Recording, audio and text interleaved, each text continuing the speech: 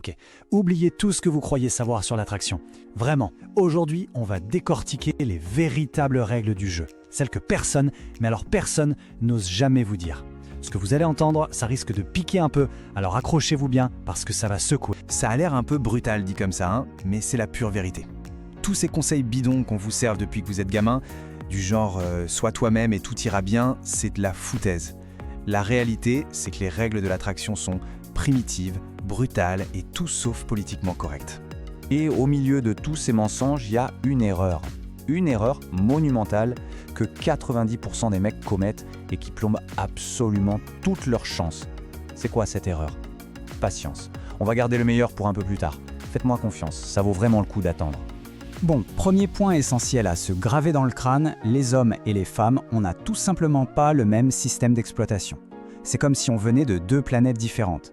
Essayer de comprendre une femme avec une logique de mec, c'est comme arriver sur un ring de boxe en pensant jouer aux échecs. On va se faire démolir et on ne saura même pas pourquoi. Et voilà l'erreur de base.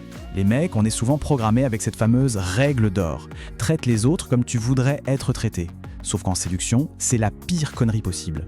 La seule règle qui compte, c'est traite-la comme elle veut être traitée. Faut arrêter de penser avec son propre cerveau et commencer enfin à essayer de décoder le sien. C'est ça la vraie clé. Et cette différence de câblage, elle a une conséquence directe, viscérale, dès la première seconde d'une rencontre. Ça tient en un seul mot, la peur. La perception du danger, elle n'est absolument, mais alors absolument pas la même. Regardez bien ça, c'est juste hallucinant. Une étude sur les applis de rencontre a mis le doigt dessus. La pire crainte d'un mec à un premier rendez-vous. J'espère qu'elle ressemble à ses photos. Et la pire crainte d'une femme? J'espère que ce n'est pas un psychopathe qui va me tuer. On voit un peu la différence d'enjeu là? Ignorer ça, c'est être complètement à côté de la plaque.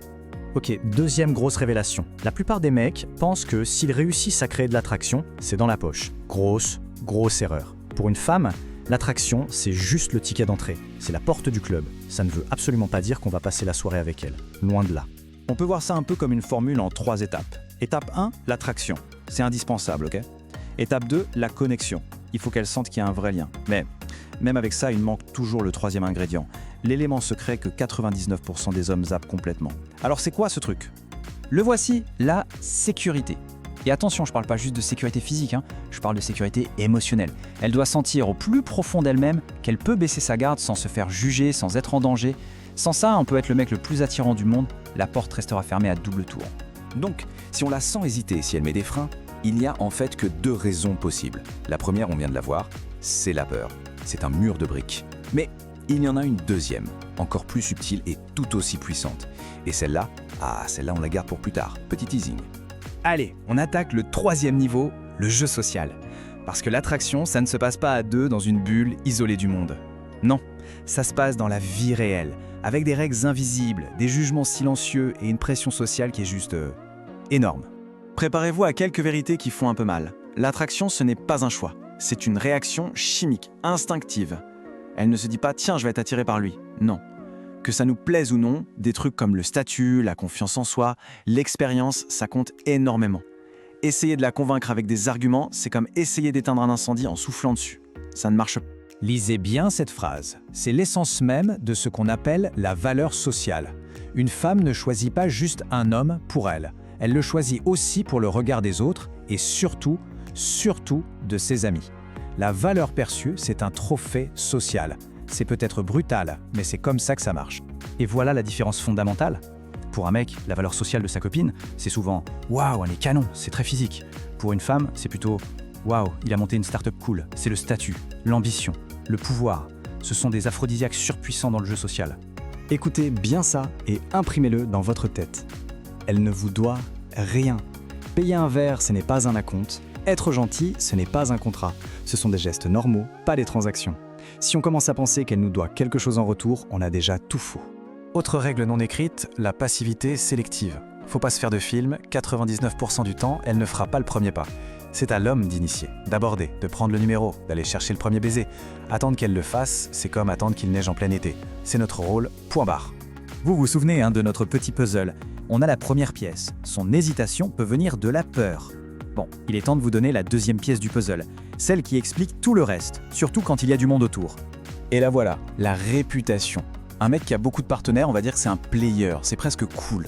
Une femme, On va dire que c'est une fille facile et elle est jugée 10 fois plus violemment.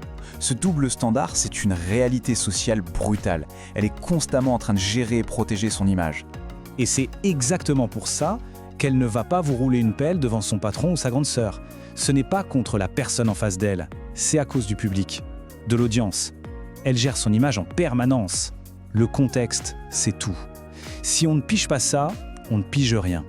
Bon, on arrive au bout du chemin. On a vu les systèmes d'exploitation différents, on a vu l'équation attraction plus connexion plus sécurité, et on a décortiqué les règles un peu vicieuses du jeu social. Maintenant, on assemble toutes les pièces du puzzle. Franchement, juste en ayant compris tout ce qu'on vient de se dire, on a déjà 10 longueurs d'avance sur 90% des autres mecs. Eux, ils sont encore en train de croire au conte de fées, de se demander pourquoi être gentil, ça ne suffit pas. Maintenant, on a la carte du territoire.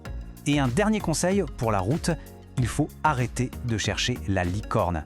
La femme pure, parfaite, sans défaut, ça n'existe que dans les films. Le monde réel, il est plein de femmes géniales, mais imparfaites. Le vrai boulot, c'est d'apprendre à les rencontrer et à bien choisir. Mais attention, savoir tout ça, c'est super, mais la connaissance sans l'action, ça ne sert à rien du tout. C'est de la masturbation intellectuelle. Pour que tout ça fonctionne vraiment, il y a une dernière technique, une technique concrète à appliquer. Il existe une fameuse technique MEC. Mais on ne va pas en dire plus aujourd'hui. Alors, qu'est-ce que ça peut bien être? À vous de me dire ça dans les commentaires. Si cette présentation vous a un peu ouvert les yeux, lâchez un like, abonnez-vous et on se retrouve très vite pour décoder d'autres secrets. Ciao!